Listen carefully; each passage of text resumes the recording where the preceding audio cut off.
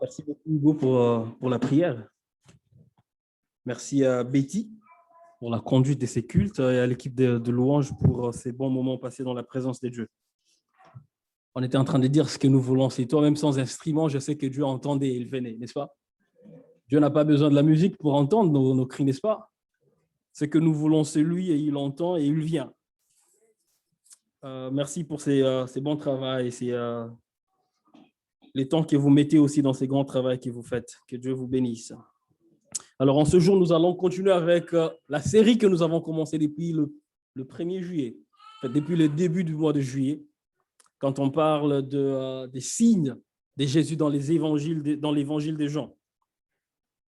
Pour ceux-là qui le savent ou qui participent, chaque vendredi, nous sommes ici pour les festins bibliques.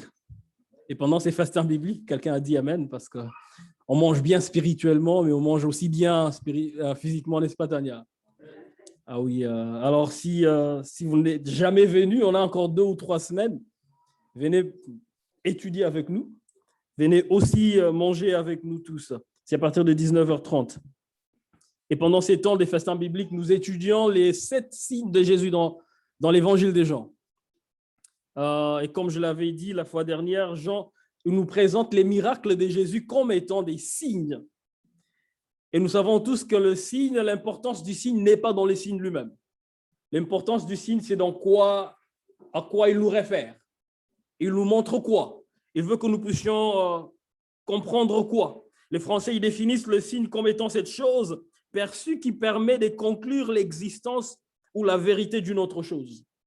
Donc, l'importance n'est pas dans le signe lui-même, mais l'importance, c'est dans quoi il voudrait que nous, en fait, c'est qu'il voudrait que nous puissions comprendre, la vérité qu'il voudrait que nous puissions avoir. Et pour Jean lui-même, il le dit dans Jean chapitre 20, verset 31, il dit l'objectif de ce que je montre, de ce que j'écris, poussé par le Saint-Esprit, c'est pour que vous croyez que Jésus est fils de Dieu et qu'en croyant en lui, vous ayez la vie éternelle. Il dit, je montre ces choses, j'écris ces choses poussées par le Saint-Esprit pour que vous arriviez à croire que Jésus est le Christ et fils de Dieu et qu'en croyant en lui, vous puissiez avoir la vie éternelle parce qu'il ne suffit pas seulement de croire qu'il est fils de Dieu et ne pas recevoir ce qu'il est venu apporter. On peut reconnaître et dire Jésus est Dieu et on s'arrête par là, mais Jean, il dit qu'en croyant que vous ayez aussi la vie qui est en lui. Et c'est pour ça, lui nous montre des signes. Et si vous étudiez bien, vous vous rendrez compte que Jean n'a pas montré des délivrances, les moments de délivrance que Jésus a eu à faire. Jean, il a ciblé juste quelques miracles que lui a montrés comme étant des signes. Et il nous a montré 7 miracles, ou bien 7 signes. Le premier, c'est lequel?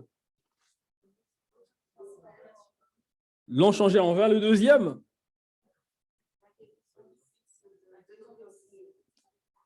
La guérison de l'officier ou de son fils? Troisième? Le paralytique qui fait quoi? Le paralytique à la piscine de Bethesda. Le quatrième? La multiplication de pain. Et le sixième? Et aujourd'hui, on va parler de sixième parce qu'on a vu les 5 premiers. Aujourd'hui, on va parler du sixième, Jésus qui marche sur l'eau. Et le septième, c'est lequel? Même si on ne l'a pas encore vu. La résurrection de Lazare. Et moi, j'ajoute un huitième, c'est la résurrection de Jésus. Alléluia. Alors aujourd'hui, nous allons parler du texte qui parle de Jésus qui marche sur les eaux. Ce texte est dans Jean chapitre 6, versets 16 à 21. Jean 6, 16 à 21. Je vais le lire au nom de Jésus. La Bible dit, le soir venu, ses disciples descendirent au bord du lac. Ils montèrent dans une barque pour traverser le lac et se rendre à Capernaum. Il faisait déjà nuit et Jésus ne les avait pas encore rejoints. Le vent soufflait avec violence et le lac était agité.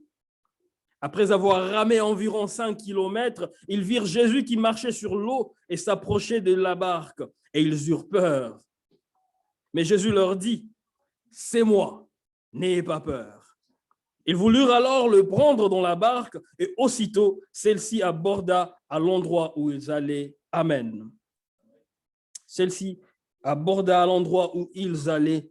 Amen. Alors, je l'avais dit la fois dernière, Jean n'a repris que peut-être 10% de ce que les autres ont repris, Matthieu, Marc et Luc. Et dans les 10% que Jean a repris, il n'y a qu'un seul miracle qui revient dans les 4 ou bien dans les 3 autres évangiles. C'est celui de la multiplication de pain que nous avons vu la fois dernière. Le deuxième miracle qui est repris aussi dans les autres évangiles, c'est celui-ci que nous allons voir ce matin, celui de Jésus qui marche sur l'eau, mais Luc n'en parle pas. Matthieu, Marc et Jean, ils en parlent, mais Luc, lui, ne parle pas de Jésus qui marche sur l'eau. Et quand vous lisez dans Matthieu, dans Marc et même dans Jean, vous sentez la différence. Jean, lui, il ne parle pas trop de l'impact du miracle dans la vie des bénéficiaires. Jean parle plus de ce que ça dit de Jésus qui fait le miracle. Par exemple, la fois dernière, quand nous lisions dans Jean chapitre 6, versets 14 et 15, après le miracle de la multiplication de pain, Jean, lui, il nous montre, il dit, toutes ces personnes qui étaient là, ils ont vu Jésus et ils se disent, celui-ci est un grand prophète. C'est lui le prophète qu'on attendait. Les autres évangiles, eux, ne parlent pas de ça. Ils ne nous montrent pas la réaction des bénéficiaires du miracle. Ils ne nous montrent pas de comment eux, ils ont perçu Jésus après avoir vu le miracle. Parce qu'en fait, comme je l'avais dit au premier jour, ce n'est pas ça leur objectif. Ce n'est pas l'objectif de Dieu dans ces évangiles-là. L'objectif, Jean nous montre même que, poussé par le Saint-Esprit, l'objectif est que nous puissions comprendre qui est Jésus réellement. Que nous puissions comprendre qu'il est fils de Dieu et qu'en lui, nous pouvons avoir la vie. C'est pourquoi même quand il parle des signes, il nous montre aussi la réaction de ceux-là qui ont vu le signe. Il nous dit, ceux-là, après avoir mangé, ils ont dit, celui-ci est réellement un grand prophète, c'est lui qui devrait venir, c'est lui qu'on attendait. Matthieu, Marc, Luc et les autres, ils ne parlent pas de ça. Parce que pour Jean, l'importance, c'est qu'on comprenne qui est Jésus réellement. Et souvent, aux nouveaux convertis, on leur donne le livre de Jean pour qu'ils puissent apprendre à connaître Jésus. Même à partir du premier verset, Jean, il nous montre, bien du premier chapitre, Jean, il nous présente Jésus comme étant Dieu.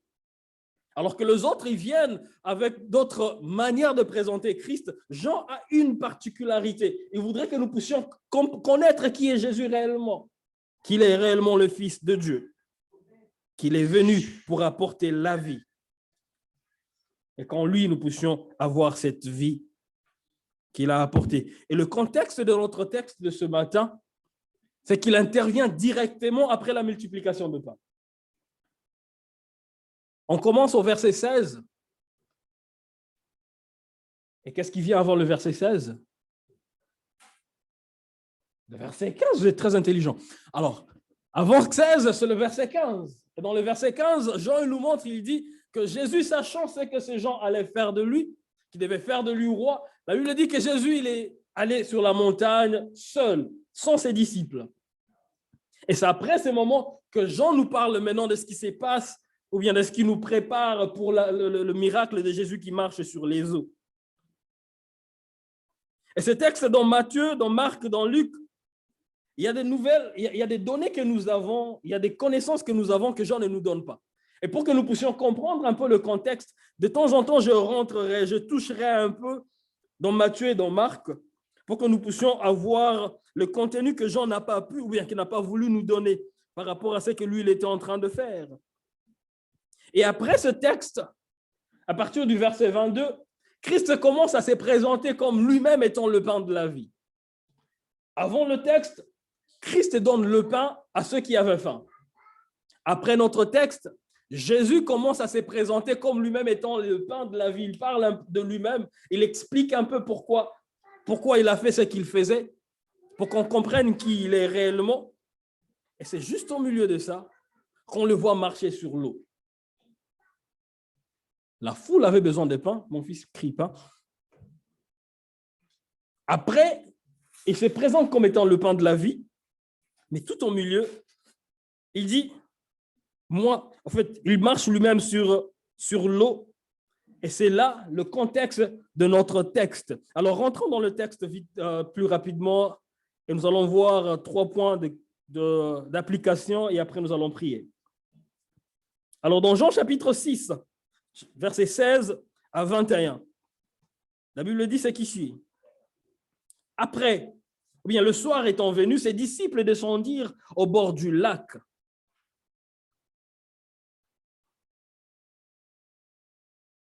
Et quand ils descendaient au bord du lac, ils sont montés dans la barque et ils sont partis. Et quand on voit ce qui se passe, la question qu'on se pose en partant, c'était l'initiative de qui? Sont-ils partis parce qu'en fait, Jésus a traîné sur la montagne? Ils se sont dit, nous, on va aussi aller quelque part, nous allons nous débrouiller, aller trouver, ou bien nous reposer quelque part. Parce qu'au verset 15, la Bible dit que Jésus est parti sur la montagne et il a laissé ses disciples, n'est-ce pas? Et au verset 16, la Bible dit, après cela, le soir étant venu, ses disciples montèrent dans une barque pour traverser de l'autre côté. Sont-ils en train de partir parce qu'ils ne veulent plus entendre Jésus? Sont-ils en train de partir parce qu'ils veulent désobéir peut-être à quelque chose que Jésus attendrait d'eux? Mais Jean n'en parle pas directement. Et pour avoir un peu de détails, moi je reviens dans Matthieu chapitre 14, verset 22. Matthieu 14, verset 22, ici les gens viennent de manger. Il y a eu la multiplication de pain, ils sont rassasiés. Et là, on a réuni 12 paniers de morceaux qui restaient. Et au verset 22, la Bible dit, aussitôt après, Jésus obligea les disciples à monter dans la barque et à passer avant lui de l'autre côté. Matthieu nous donne un détail que Jean ne nous donne pas. Mais ce détail de Matthieu, on peut le voir aussi dans Jean, mais peut-être au 17e verset, quand la Bible dit que Jésus n'avait pas encore rejoint ses disciples. Un peu pour dire, c'était prévu que Jésus les rejoigne, n'est-ce pas? Et si c'était prévu, donc les disciples savaient que Jésus devrait les rejoindre. Et la Bible dit qu'aussitôt Jésus, il a obligé ses disciples de monter dans la barque et de partir, de le précéder. Et en ce temps-là, lui, il est monté sur la montagne pour prier. Jean ne nous a pas dit que Jésus est monté pour prier. Jean nous dit que Jésus est allé à la montagne seul, sans ses disciples. Mais Matthieu et Marc nous montrent que quand il est parti à la montagne, c'était pour prier. Mais avant d'aller prier, il a demandé à ses disciples de le précéder. Donc, c'est un ordre de Jésus. Et Matthieu nous montre qu'il les a même obligés. Avec tout ce qui s'est passé, cette ambiance qu'il y avait après la multiplication de pain, et les gens, les foules, 5000 hommes sans compter les femmes et les enfants. Ils voulaient faire de lui roi. J'imagine un peu la fête qui s'est faite. J'imagine un peu les gens qui veulent rester à côté de Jésus pour que la foule sache qu'en fait, Jésus me connaît. Ce gars que vous voulez faire roi, c'est mon ami, il me connaît. Il connaît mon nom, en fait. Nous connaissons tous Macron. Et il n'y a rien de particulier dans ça. Mais que Macron te connaisse, c'est différent. Alors, ils sont là, la foule, autour de presque 10 000 personnes, 5 000 hommes, sans compter les femmes et les enfants. Et ils sont en train de vouloir faire de lui roi. Ils sont en train de célébrer le miracle. Les disciples, ils sont à côté de Jésus. Mais la Bible dit que Jésus les a obligés de monter dans la barque. Un peu pour dire, ne restons pas ici. Je l'avais dit la dernière fois, des fois la foule et la masse peuvent nous dérouter dans notre mission. Parce qu'ils voient ce qu'ils voient, mais ils connaissent pas ce que Dieu nous a demandé de faire. Ils veulent faire de lui roi, mais est-ce que c'est ce que Dieu l'a demandé de faire à ce moment-là? Et alors que nous pouvons être aussi influencés par la foule, Jésus il a dit non, montez dans la barque et précédez-moi. Je vais venir. Mais en attendant, il est monté pour prier. Et le premier point de mon application de ce jour, c'est de nous dire, même en obéissant à Dieu, on peut rencontrer des obstacles sur notre chemin. Ces gens sont montés dans la barque parce qu'ils étaient obligés par Jésus. C'était l'ordre de Jésus et il les a dit, précédez-moi. Donc, un peu pour dire, notre objectif, c'est d'aller de l'autre côté, qu'on soit à Capernaum ensemble. Mais moi, je viendrai après. Partez sans moi, partez avant moi, précédez-moi. Ils sont partis pas parce qu'ils étaient en train de désobéir à Christ. Ils sont partis pas parce qu'ils étaient rebelles, mais ils sont partis en train de suivre ce que Jésus leur a demandé de faire. Des fois, nous pensons que lorsque nous sommes dans l'obéissance, les choses marcheraient facilement. Il y a même quelques années, une dame me disait, Patrick, lorsque tu es dans la volonté de Dieu, les choses, tu n'auras pas peur, tu auras la paix. Je dis, pas nécessairement. Des fois, tu seras dans la volonté de Dieu, mais tu auras peur. Des fois, tu seras en train de faire la chose que Dieu te demande de faire, mais les obstacles viendraient quand même. Juste parce qu'on est dans la volonté de Dieu, ça ne veut pas dire que les choses marcheraient facilement. Et la Bible dit, alors qu'ils étaient dans la barque, il y a eu un vent fort et le lac était agité. Ils sont dans la barque par obligation, sur ordre de Jésus, pour faire ce que Jésus leur a demandé de faire, traverser. Mais alors qu'ils commencent à traverser, la Bible dit d'abord qu'il faisait déjà nuit, mais il y avait aussi le vent, un vent fort. Dans Matthieu chapitre 24, lui, il le dit bien, il dit la barque, déjà au milieu de la mer, était battue par des flots et le vent était contraire. Dans la volonté de Dieu, ils rencontrent des obstacles qui les empêchent d'évoluer et de faire ce que Jésus leur a demandé de faire. Ce sont des choses qui nous arrivent des fois lorsque nous sommes en train de suivre la volonté de Dieu. Nous rencontrons sur nos chemins, sur notre chemin, des obstacles et des choses qui nous veulent nous empêcher d'aller et de faire ce que Jésus attend de nous. Et je vais le dire déjà ici que la marche avec le Seigneur, c'est une marche à contre-courant. Lorsque nous choisissons de suivre le Seigneur, lorsque nous choisissons de marcher et de faire la volonté de notre Père, nous choisissons de marcher à contre-courant. Nous choisissons de naviguer à contre-courant. La Bible dit que le vent était contre eux, alors qu'ils voulaient aller de l'autre côté, mais le vent voulait les ramener. Le vent venait comme un blocage, il était en train de battre, d'empêcher à la barque d'évoluer comme il le faut. Et c'est ce qui nous arrive lorsque nous sommes dans la marche avec Dieu. Ce n'est pas toujours rose dans cette marche. Les choses ne seront pas toujours comme on le voudrait, comme on voudrait que ça soit dans cette marche. Et du reste, la Bible le dit dans Romains chapitre 12, verset 2. Il dit, ne vous conformez pas au siècle présent, mais soyez transformés par le renouvellement de l'intelligence. Le préfixe « comme » du grec veut dire « dedans » ou « avec ». Alors il dit, ne rentrez pas dans la forme préétablie par le siècle présent. Ne prenez pas la forme que le siècle présent a préétablie. Mais il dit, soyez transformés par le renouvellement de l'intelligence. Le préfixe trans veut dire au-delà. Il dit, mais allez au-delà de la forme préétablie par le siècle présent. Ici, il est en train de nous demander seulement de ne pas suivre le courant du siècle présent, de ne pas suivre le courant et la forme donnée par le monde, par les habitudes de ce monde. D'autres versions disent, ne vous conformez pas aux habitudes de ce monde. Il dit, ne rentrez pas dans cette moule, dans cette forme préétablie par ce siècle présent, mais soyez transformés, allez au-delà de cela. Et ceci par le renouvellement de l'intelligence, afin que vous sachiez ce qui est la volonté de Dieu. Parce qu'au fait, la volonté de Dieu n'est pas que nous soyons comme les gens de ce monde. Nous sommes dans ce monde, mais nous sommes appelés à vivre comme Dieu voudrait que nous vivions. Pas comme le monde voudrait à ce que nous le fassions. C'est plus facile de suivre la masse. C'est plus facile de suivre ce qui est habituel. C'est plus facile de faire comme tout le monde. Mais Christ, ou Dieu, ce qu'il nous demande de faire, c'est d'aller à contre-courant. Alors que tout le monde dit que c'est cette direction qu'il faut suivre. Nous, on se dit, non, Dieu dit que c'est celle-là qu'on doit suivre. Et lorsqu'on marche contre-courant, ce n'est pas toujours facile. On est en train de naviguer contre-courant. Le vent voudrait nous amener dans cette direction, mais nous savons que Dieu, lui, nous voudrait dans cette autre direction. Donc, du coup, toutes les fois, ou souvent, lorsque nous acceptons de marcher avec le Seigneur, attendons-nous aussi à des obstacles, quelquefois, dans notre parcours.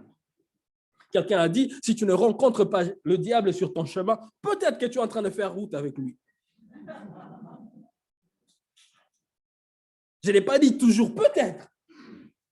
Mais c'est normal, lorsque tu n'es pas avec lui, de le rencontrer sur ton chemin. Parce qu'il voudrait t'empêcher d'évoluer et de faire ce que Dieu attend de toi.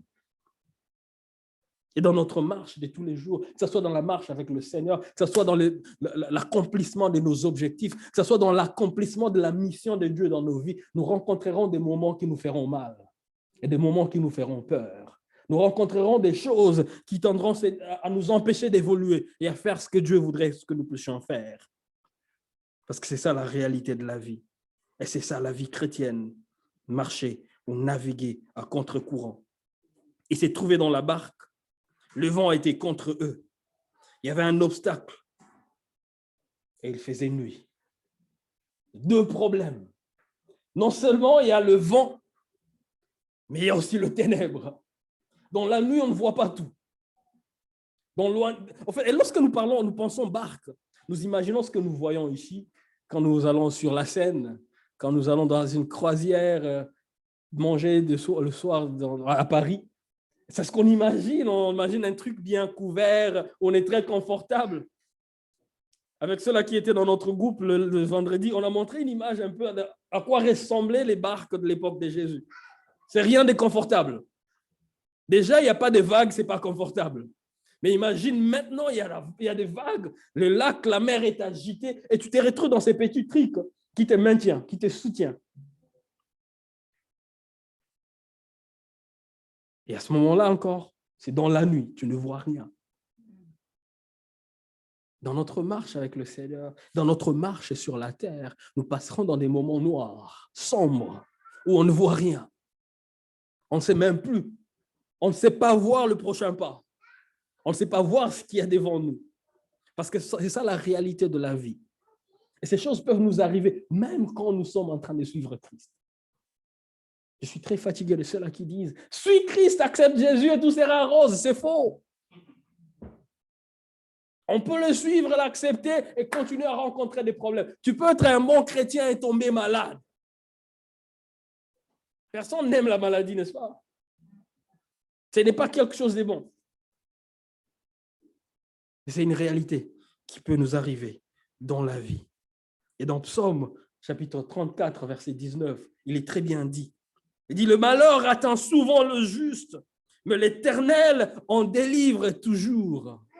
Le malheur, souvent, la délivrance, toujours. Le malheur, souvent, la délivrance, toujours. J'aime ces deux adverbes. Souvent veut dire la plupart des fois.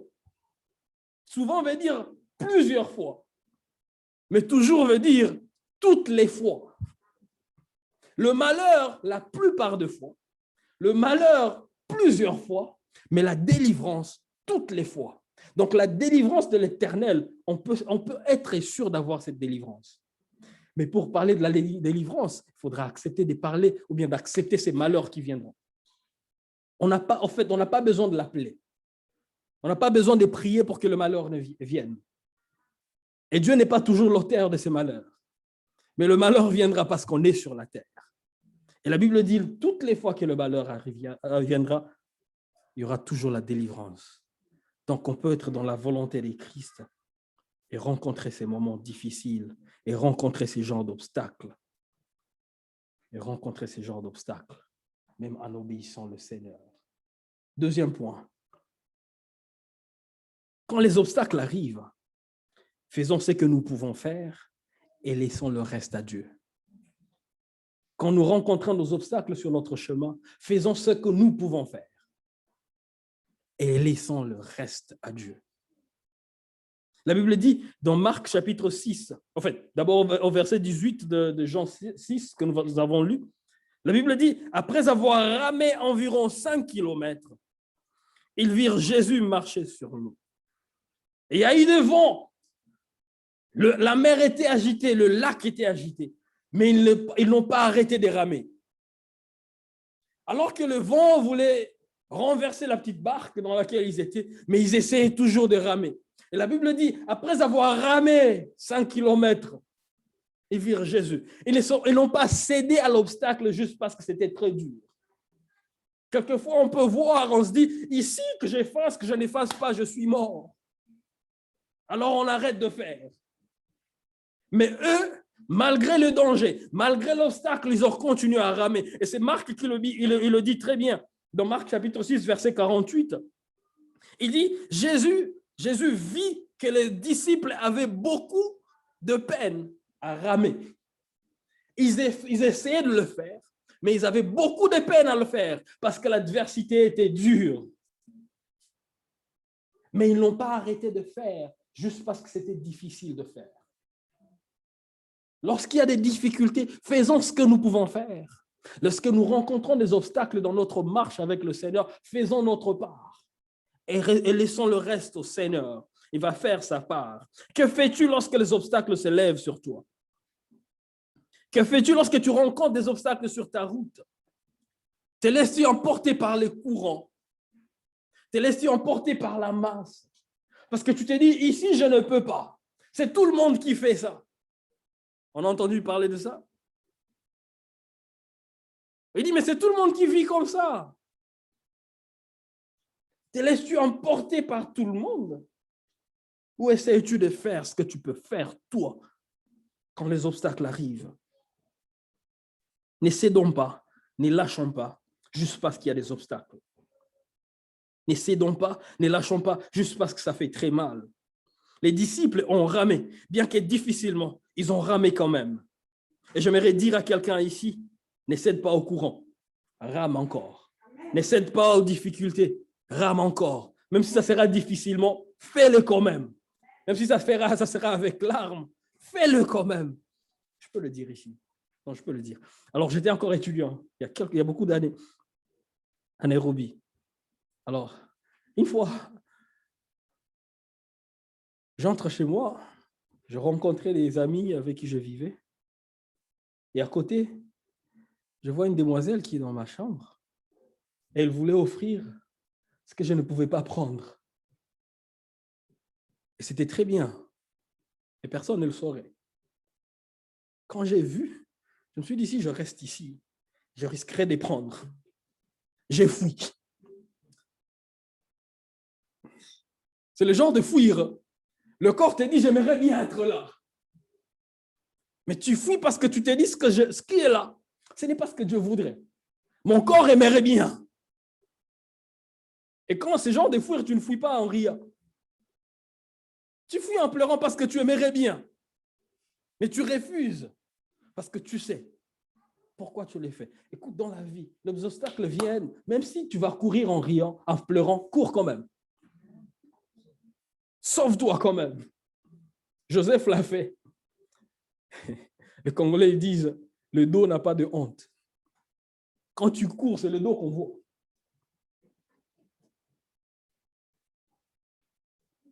Cours, fuis, fais ce que tu peux faire. Et laisse le reste au Seigneur. Ne te laisse pas influencer par ce qui est habituel. Ne te laisse pas influencer par la force de cet obstacle. Mais fais ce que Dieu attend de toi. Il y a un jeune homme qui m'avait posé une question il y a peut-être une dizaine d'années. Il me dit, Patrick, depuis que je te connais, quel est ton secret? Quel est le secret de ta constance avec le Seigneur? Je lui ai dit, heureusement que toi, tu vois la constance. Moi, je connais des difficultés que je rencontre. Et peut-être même des échecs dans cette marche. Mais toi, heureusement que tu vois qu'il y a la constance. Je lui ai dit, mais le secret, c'est deux choses. Ma petite discipline et la grande grâce de Dieu. Je ne tiens pas ferme parce que je suis le plus discipliné. Je mets en place ma petite discipline, mais je compte plus sur la grâce de Dieu. C'est lui qui nous soutiendra. Alors fais ce que toi tu peux faire et laisse le reste à Dieu. Comme j'ai donné un exemple qui ressemble à ça, la Bible dit fouiller l'impudicité. Et ce n'est pas un fuir spirituel, c'est un fuir physique. Alors imagine-toi en face d'une tentation spirituelle et que toi tu restes, tu dis au nom de Jésus, au nom de Jésus, au nom de Jésus, je fuis. Tu fuis spirituellement, mais tu es là. Au nom de Jésus, je fuis. Tu vas te retrouver en train de dire au nom de quelque chose d'autre. Parce que devant tous ces genres de choses, tu fais ce que toi tu peux faire, ce que toi tu es appelé à faire, et tu laisses le reste à Dieu. Ils ont ramé quand même. malgré les difficultés, malgré ce qui s'est passé, ils ont ramé quand même. Dans la marche de l'accomplissement de la mission de Dieu, nous allons rencontrer des difficultés, nous allons rencontrer des choses qui vont essayer de nous empêcher de faire ce que Dieu voudrait que nous fassions. Faisons ce que nous pouvons faire et laissons le reste à Dieu. Faisons ce qui est notre part et le reste, Dieu va le faire parce qu'il est à nos côtés. N'ayons pas peur de ces choses. Ce sont des choses qui nous arriveront. Mais dans tout ça, nous savons que nous sommes plus que vainqueurs. Nous savons que nous sommes plus que vainqueurs. Et ici, j'aimerais lui dire que ce que nous faisons ne nous sauve pas. Ce n'est pas par ce que nous faisons que nous pouvons être sauvés. Nous sommes sauvés que par la grâce. Nos actions ne peuvent pas nous sauver. Et c'est Martin Luther, le réformateur, qui avait dit « We are saved by grace alone, but the grace that saves is not alone. » Pour ceux-là qui n'ont pas le don d'interprétation, il dit « Nous ne sommes sauvés que par la grâce seule. Mais la grâce qui sauve ne vient pas seule. » C'est la grâce qui nous sauve et c'est la grâce qui nous pousse à agir. Nous n'agissons pas pour être sauvés, nous agissons parce que nous sommes sauvés. Nous ne faisons pas les choses pour être sauvés, mais nous faisons ces choses parce que nous sommes sauvés. La même grâce qui nous donne le salut, c'est la même grâce qui nous donne la force de faire ce que nous pouvons faire. Alors quand je dis fais ce que tu peux faire, fais-le en comptant sur la grâce de Dieu. Parce que même le rien, le peu que tu peux faire, c'est Dieu qui te donne la force de le faire. Dans cette marche, quand il y a obstacle, reste attaché à la grâce. Parce que c'est elle qui va t'aider à bien faire. Et la Bible dit dans Marc chapitre 6, verset 48, la Bible dit ce qui suit, que Jésus, il les voyait ramer difficilement et il est venu vers eux. Jésus voit ce que toi tu fais et il vient avec sa part. Dans les petites choses que toi tu fais, Jésus viendra avec le soutien dont tu as besoin. Alors dans cette marche, ne compte pas sur tes actions, compte sur Christ. Agis, mais compte sur Christ. Fais ce que tu peux faire, mais n'aie pas ta confiance sur ce que tu peux faire. Ce que tu peux faire ne peut pas te sauver. Si ces choses pouvaient te sauver, alors tu n'aurais pas besoin de Christ. On a besoin de Christ parce que ce que nous faisons ne peut pas nous sauver. C'est ce que lui fait. C'est ce que lui a fait qui peut nous sauver. Le troisième point, c'est là que nous allons clôturer. J'aimerais que nous puissions comprendre qu'il est Dieu et qu'il domine sur les tempêtes. Il est Dieu et il domine sur les tempêtes. Il est Dieu et il domine sur toutes ces choses qui nous feront, sur nos obstacles. Nos obstacles ne sont pas obstacles devant Dieu. Ces choses qui nous font mal sur notre parcours, ce ne sont pas des choses que Dieu ne peut pas, auxquelles Dieu n'a pas de solution. Ces choses qui sont compliquées pour nous ne sont pas compliquées pour Dieu. Ces choses qui nous font peur ne font pas peur à Dieu. Ces choses qui nous terrassent quelque part, ce sont des choses qui ne terrassent pas Dieu. Il est Dieu et il domine sur toutes ces choses.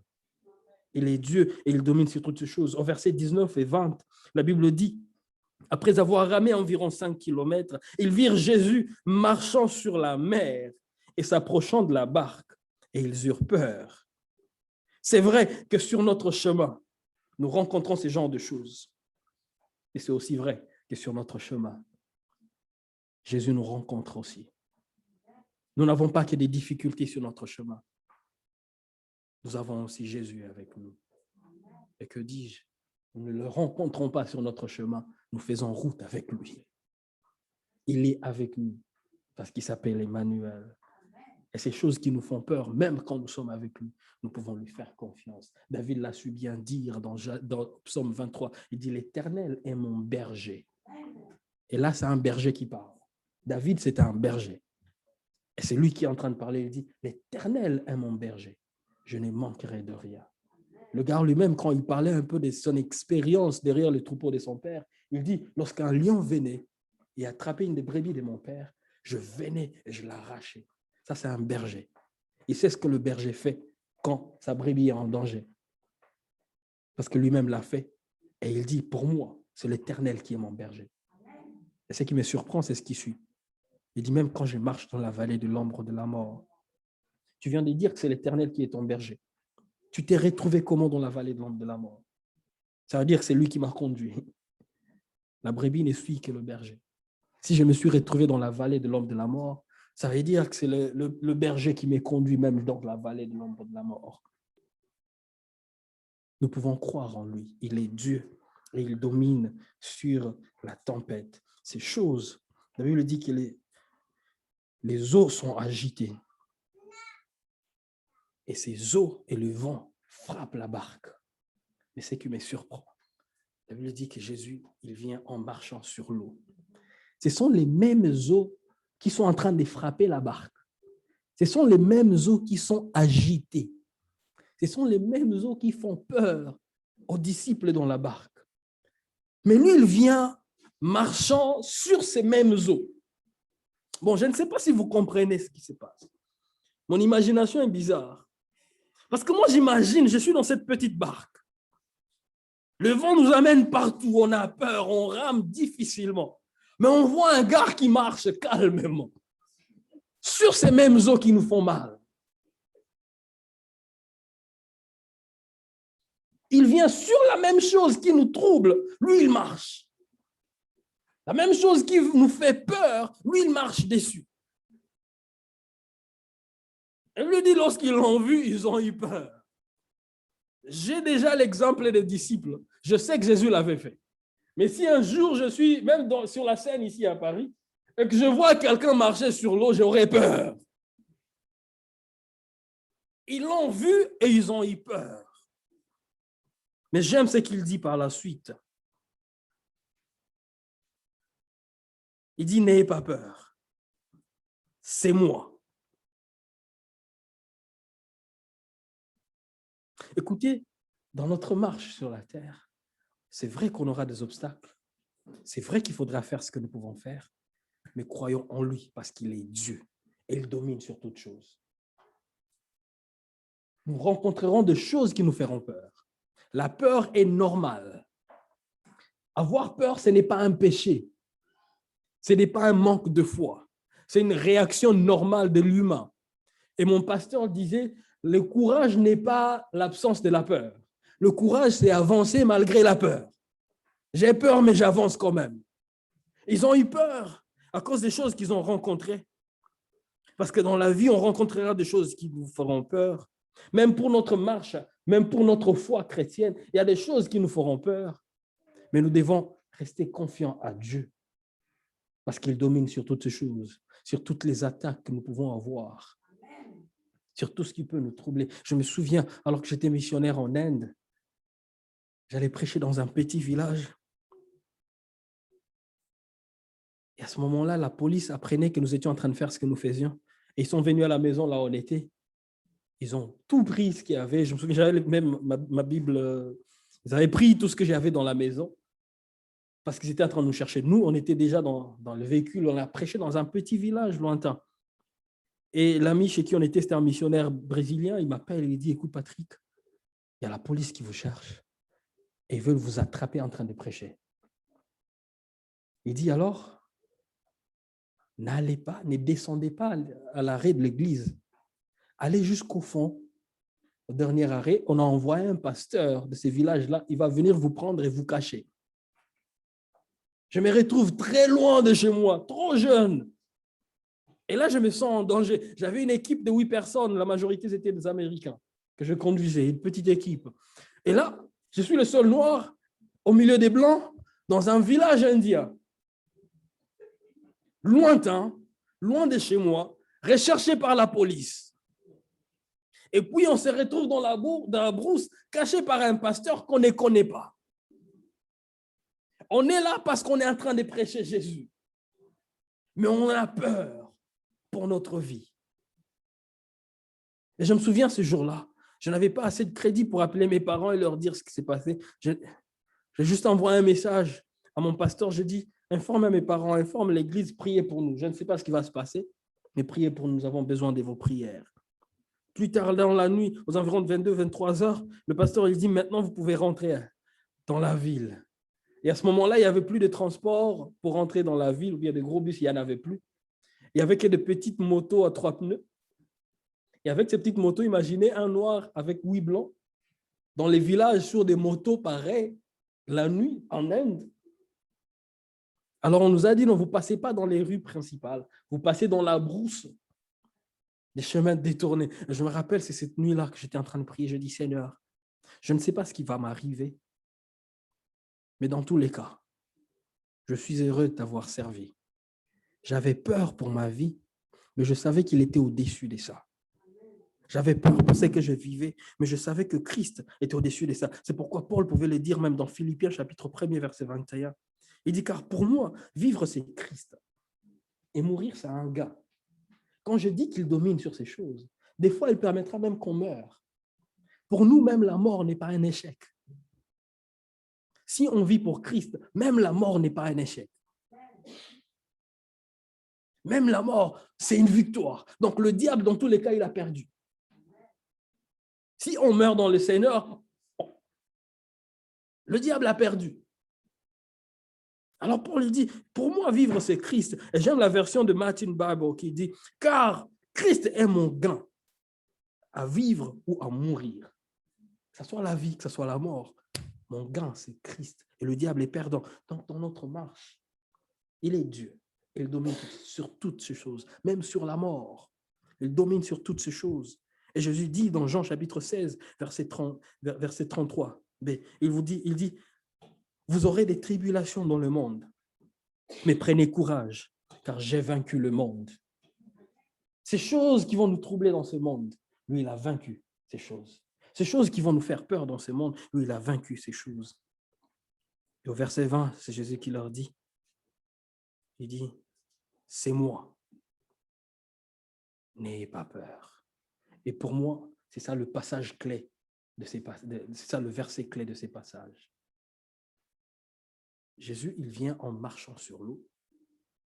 Il se tient là où seulement Dieu pouvait se tenir et il fait une déclaration que seul Dieu pouvait faire. En français, on ne le sent pas bien. On ne sent pas la profondeur de ce que Jésus a fait. Il a utilisé le terme grec ego, émi. Il a dit, je suis, n'ayez pas peur. Et quand les Juifs entendent, je suis, c'est une déclaration que seul Dieu pouvait faire. Dans Exode chapitre 3, verset 14, Moïse il demande aux enfants d'Israël, il demande à Dieu, il dit, moi je t'ai vu, je t'ai entendu, tu m'as envoyé, mais lorsque je serai là, ils vont me demander, c'est quoi le nom de ces dieux qui t'ont envoyé? Dieu, il a dit, tu leur diras, je suis celui qui suit Dieu. Soit tu as un problème de grammaire, ou soit tu es en train de dire quelque chose d'intéressant. En français, on dirait, je suis celui qui, mais il dit, je suis celui qui suit. Au ciel, on a un problème de grammaire peut-être. Et après, il dit, tu leur diras, c'est lui qui s'appelle je suis, m'a envoyé. Et c'est le je suis que nous, on a traduit en français comme état Yahweh, le nom de Dieu, une déclaration que seul Dieu pouvait faire. Alors, dans la barque, alors que tout est agité, il vient et, marchant sur l'eau, se tenant là où Dieu seul pouvait se tenir, il fait une déclaration que seulement Dieu pouvait faire. Il dit, je suis. N'ayez pas peur. Un peu pour dire, Dieu, c'est moi. N'ayez pas peur. Ego, émi. Et Jean, il parle encore de cela plus tard dans Jean chapitre 8, verset 58. Alors que Jésus est en train de parler aux pharisiens, aux juifs, il dit, avant qu'Abraham ne fût, un problème de grammaire au ciel. Avant qu'Abraham ne fût, je suis. Il fait une déclaration que Dieu ne pouvait faire, que seul Dieu pouvait faire. Et la Bible dit, après cela, il voulait les tuer.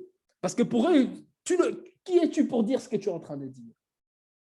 Et même dans la barque, Jésus vient et fait cette déclaration. Et rappelez-vous, il y a quelques jours, il y a quelques heures, après la multiplication des pains, et les disciples et toutes ces personnes qui avaient mangé le pain, ils ont dit que Jésus était qui?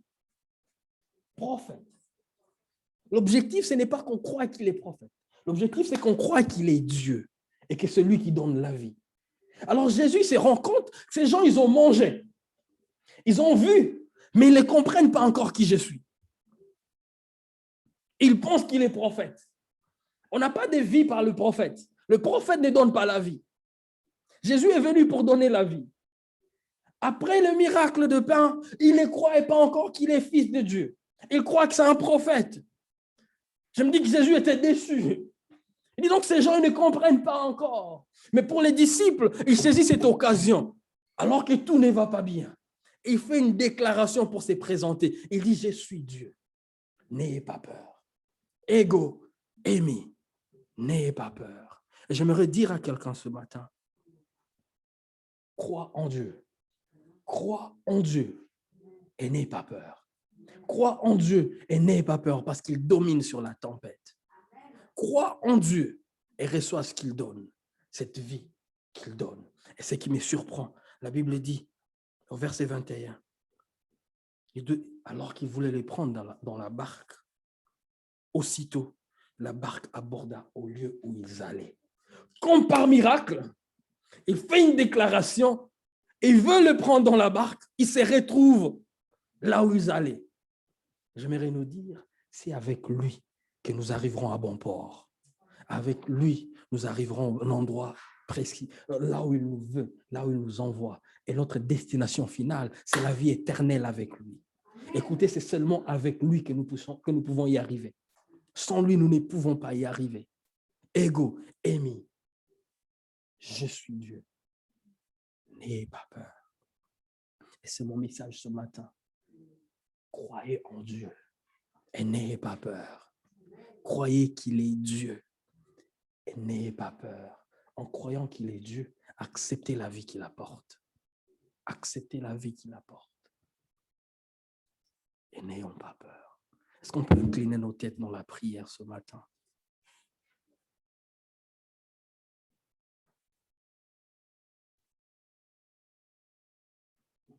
C'est bien d'avoir la connaissance de Dieu. C'est bien d'avoir des connaissances sur Dieu. Mais c'est plus mieux de l'avoir. Le Dieu lui-même. Croyons en lui et n'ayons pas peur.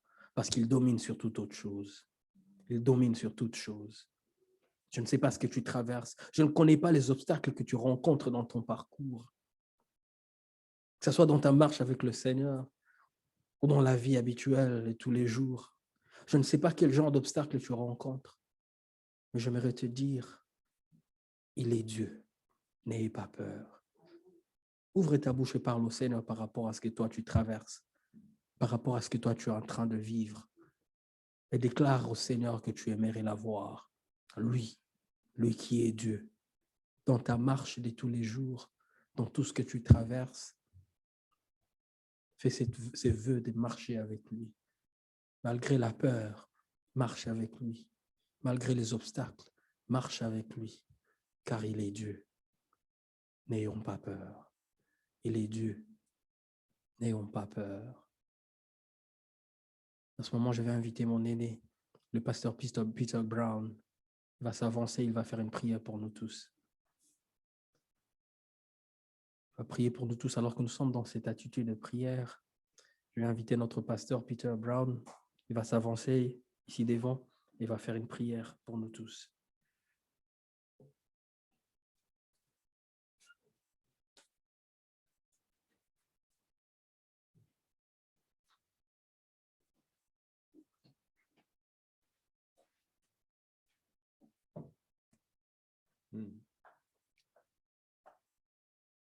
Seigneur, tu nous envoies dans la vie sur des chemins divers.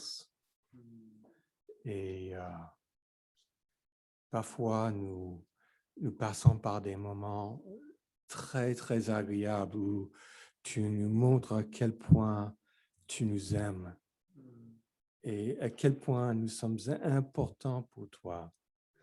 Tu nous as choisis. On n'est pas là par l'accident, tu nous as fait pour toi. Mais il y a des moments là, Seigneur, tu nous envoies dans des situations où on se gratte la tête, on ne comprend rien de ce qui nous arrive. Mais Seigneur, donne-nous cette grâce de continuer à ramer et de tenir sur cette même direction, même lorsqu'on rame dans la noire.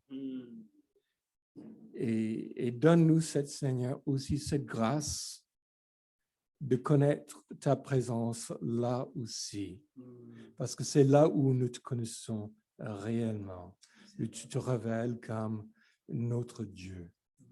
Et tu provoques en nous une peur, mais ce n'est pas la même peur qui nous détruit. Ce n'est pas la peur qui nous démolit, la peur de la vague, la peur de la mort, la peur d'être débordé par la vie, mais c'est cette sainte crainte de nous trouver devant quelqu'un qui nous dépasse totalement. Et nous sommes désarçonnés devant toi.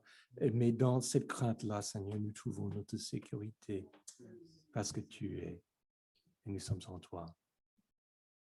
Merci, Seigneur, de continuer à bénir cette assemblée qui a connu ses hauts et ses bas et ses hauts.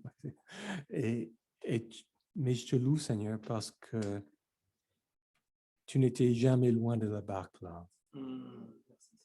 Et tu es venu les rencontrer à maintes reprises et ils te connaissent. Et tu les amènes au bon port. Amen.